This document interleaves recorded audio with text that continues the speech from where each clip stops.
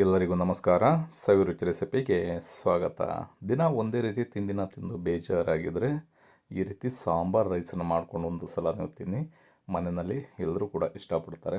ಬಹಳ ರುಚಿಯಾಗಿರುತ್ತೆ. ತುಂಬ ಸಿಂಪಲ್ಲಾಗಿ ಮಾಡ್ಕೊಳ್ತಕ್ಕಂಥ ರೆಸಿಪಿ. ಲಂಚ್ ಬಾಕ್ಸ್ಗೂ ಕೂಡ ಬಹಳ ರುಚಿಯಾಗಿರ್ತಕ್ಕಂಥ ರೆಸಿಪಿ. ಬನ್ನಿ ಇದನ್ನು ಯಾವ ರೀತಿ ಮಾಡೋದು, ಇದಕ್ಕೆ ಏನೇನು ಪದಾರ್ಥಗಳು ಬೇಕು ಅಂತ ನೋಡ್ಕೊಳ್ಳೋಣ. ಮೊದಲಿಗೆ ನಾವು ಅಕ್ಕಿ ಮತ್ತು ತೊಗರಿಬೇಳೆನ ಬೇಯಿಸ್ಕೋಬೇಕಾಗತ್ತೆ. ಹಾಗಾಗಿ ಒಂದು ಕುಕ್ಕರ್ನ ತೊಗೊಂಡು ಇದಕ್ಕೆ 1.5 ಕಪ್ಪಿನಷ್ಟು ಬುಲೆಟ್ ರೈಸ್ನ ಸೇರಿಸ್ಕೊಳ್ತಾ ಇದ್ದೀನಿ. ನೀವು ಯಾವ ರೈಸ್ ಇದ್ರೂ ಬೇಕಿದ್ರೆ ಸೇರಿಸ್ಕೋಬೋದು. ಅದೇ ಕಪ್ಪಲ್ಲಿ 1 ಕಪ್ಪಿನಷ್ಟು ತೊಗರಿಬೇಳೆನ ಸೇರಿಸ್ಕೊಂಡಿದ್ದೀನಿ. ತೊಗರಿಬೇಳೆ ಮತ್ತು ಅಕ್ಕಿ ಎರಡನ್ನೂ ಕೂಡ ಚೆನ್ನಾಗಿ ಒಂದು 3ರಿಂದ 4 ಬಾರಿ ತೊಳಿಬೇಕು. ಯಾಕೆಂದರೆ ಇದರಲ್ಲಿ ಪೌಡ್ರೆಲ್ಲ ಜಾಸ್ತಿ ಇರುತ್ತೆ. ಹಾಗಾಗಿ ಒಂದು 3ರಿಂದ 4 ಬಾರಿ ನೀಟಾಗಿ ತಿಳಿ ನೀರು ಕಾಣಬೇಕು, ಅಲ್ಲಿವರೆಗೂ ತೊಳೆದು ಕ್ಲೀನ್ ಮಾಡ್ಕೊಳ್ಳೋಣ. ಈ ರೀತಿ ತೊಳೆದಾದ ನಂತರ ಇದಕ್ಕೆ ಸ್ವಲ್ಪ ತರಕಾರಿಗಳನ್ನ ಸೇರಿಸ್ಕೋಬೇಕು. 1 ಕಪ್ಪಿನಷ್ಟು ಬೀನಿಸ್ನ ಸೇರಿಸ್ಕೊಳ್ತಾ ಇದ್ದೀನಿ.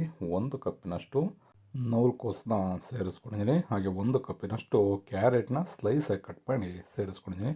ಬೇಕಿದ್ರೆ ನೀವು ರೌಂಡ್ ಆಕಾರದಲ್ಲಿ ಬೇಕಿದ್ರೆ ಕಟ್ ಮಾಡಿ ತರಕಾರಿನ ಸೇರಿಸ್ಕೋಬೋದು. ಇದಕ್ಕೆ ಈಗ 2 ಟೊಮೊಟೊನ ಸಣ್ಣದಾಗಿ ಕಟ್ ಮಾಡಿ ಸೇರಿಸ್ಕೊಂಡಿದ್ದೀನಿ. ಸ್ವಲ್ಪ ಅರಿಶಿಣದ ಪುಡಿ. ಇಷ್ಟು ಪದಾರ್ಥಗಳನ್ನ ಸೇರಿಸ್ಕೊಂಡು ರುಚಿಗೆ ತಕ್ಕಷ್ಟು ಉಪ್ಪನ್ನು ಕೂಡ ಇವಾಗಲೇ ಸೇರಿಸ್ಕೋಬೇಕಾಗತ್ತೆ. ಈಗ ಏನು ನಾನು ರೈಸು ಮತ್ತು ಬೇಳೆನ ತೊಗೊಂಡೆ ಅದೇ ಕಪ್ಪಿನಲ್ಲಿ 8 ಕಪ್ಪಿನಷ್ಟು ನೀರನ್ನು ಸೇರಿಸ್ಕೊಳ್ತಾ ಇದ್ದೀನಿ. ಅಕ್ಕಿ ಮತ್ತು ಬೇಳೆ ಏನು ತೊಗೊಂಡಿದ್ವಿ ಅದರ 3ರಷ್ಟು ನೀರನ್ನು ಸೇರಿಸ್ಕೋಬೇಕಾಗುತ್ತೆ. ಏಕೆಂದರೆ ಇದು ಬಿಸಿಬೇಳೆ ಬಾತ್ ಮಾಡ್ತೀವಲ್ಲ, ಆ ರೀತಿ ಸ್ವಲ್ಪ ತೆಳುವಾಗಿಯೇ ಇರಬೇಕು. ಹಾಗಾಗಿ 8 ಕಪ್ಪಿನಷ್ಟು ನೀರನ್ನು ಸೇರಿಸ್ಕೊಂಡು ಇದನ್ನು 3 ವಿಷಲ್ ಕೂಗಿಸ್ಕೊಳ್ಳೋಣ.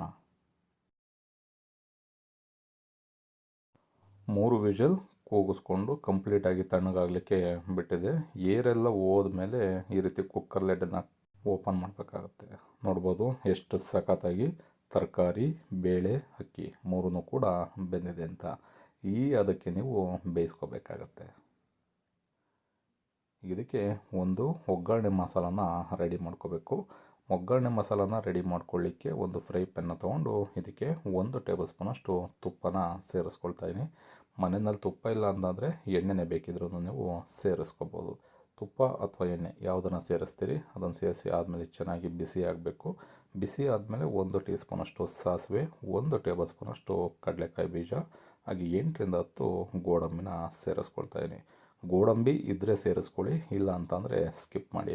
ರೈಸ್ ಜೊತೆ ತಿನ್ನೋದಕ್ಕೆ ಕಡಲೆಕಾಯಿ ಬೀಜ ಮತ್ತು ಗೋಡಂಬಿ ಬಹಳ ರುಚಿಯಾಗಿರುತ್ತೆ. ಹಾಗಾಗಿ ನಾನು ಎರಡೂ ಕೂಡ ಸೇರಿಸ್ಕೊಂಡಿದ್ದೀನಿ. ಗೋಡಂಬಿ ಮತ್ತು ಕಡಲೆಕಾಯಿ ಬೀಜ ಸ್ವಲ್ಪ ಕ್ರಿಸ್ಪಿ ಆಗಬೇಕು. ಅಲ್ಲಿವರೆಗೂ ಒಂದು ಅರ್ಧದಿಂದ 1 ನಿಮಿಷ ಫ್ರೈ ಮಾಡ್ಕೊಳ್ಳಿ.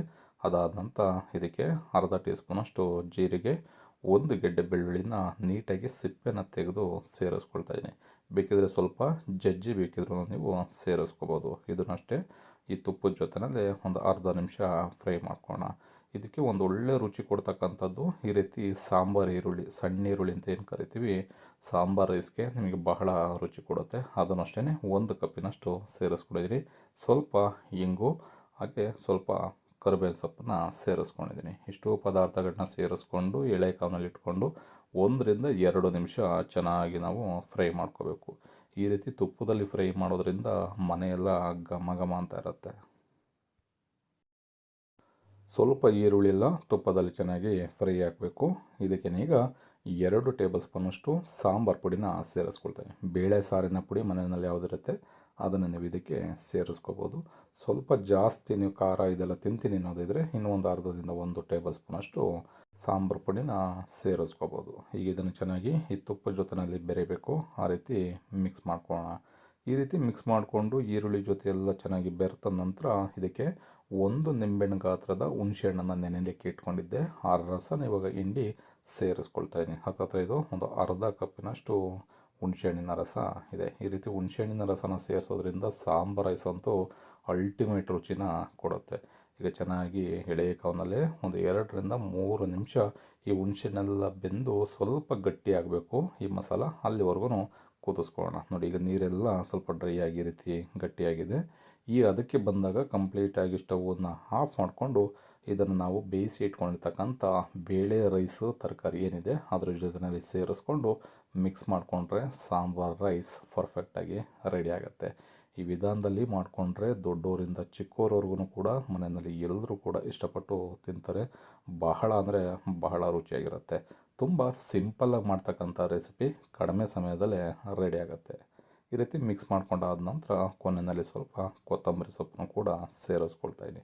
ಕೊನೆಯಲ್ಲಿ ಕೊತ್ತಂಬರಿ ಸೊಪ್ಪನ್ನು ಸೇರಿಸೋದ್ರಿಂದ ಆ ರೈಸ್ ಜೊತೆ ನಿಮಗೆ ಒಂದೊಳ್ಳೆ ಫ್ಲೇವರ್ನ ಕೊಡುತ್ತೆ. ತುಂಬ ರುಚಿಯಾಗಿರುತ್ತೆ. ಈ ರೆಸಿಪಿ ನಿಮಗೆ ಇಷ್ಟ ಆಯಿತು ಅಂತ ಅಂದ್ಕೊಳ್ತೀನಿ. ಇಷ್ಟ ಆಗಿದರೆ ಆದಷ್ಟು ಜನಕ್ಕೆ ಈ ರೆಸಿಪಿನ ಶೇರ್ ಮಾಡಿ. ಇನ್ನು ಹೊಸದಾಗಿ ನೋಡ್ತಾ ಇರ್ತಕ್ಕಂಥವ್ರು ನಮ್ಮ ಚಾನಲ್ನ ಸಬ್ಸ್ಕ್ರೈಬ್ ಮಾಡ್ಕೊಂಡಿಲ್ಲ ಅಂತಂದರೆ ಸಬ್ಸ್ಕ್ರೈಬ್ ಮಾಡ್ಕೊಳ್ಳಿ. ಪಕ್ಕದಲ್ಲಿರ್ತಕ್ಕಂಥ ಬೆಲ್ ಬಟನ್ನ ಪ್ರೆಸ್ ಮಾಡಿ. ಫೇಸ್ಬುಕ್ಕಲ್ಲಿ ನೋಡ್ತಾ ಇರ್ತಕ್ಕಂಥವ್ರು ನಮ್ಮ ಪೇಜನ್ನು ಫಾಲೋ ಮಾಡಿ. ನೀವು ಕೂಡ ಮರಿದೇನೆ ಈ ರೆಸಿಪಿನ ಒಂದು ಸಲ ಟ್ರೈ ಮಾಡಿ ಹೇಗಿತ್ತು ಅಂತ ಕಮೆಂಟ್ ಮಾಡಿ ತಿಳಿಸಿ. Thank you.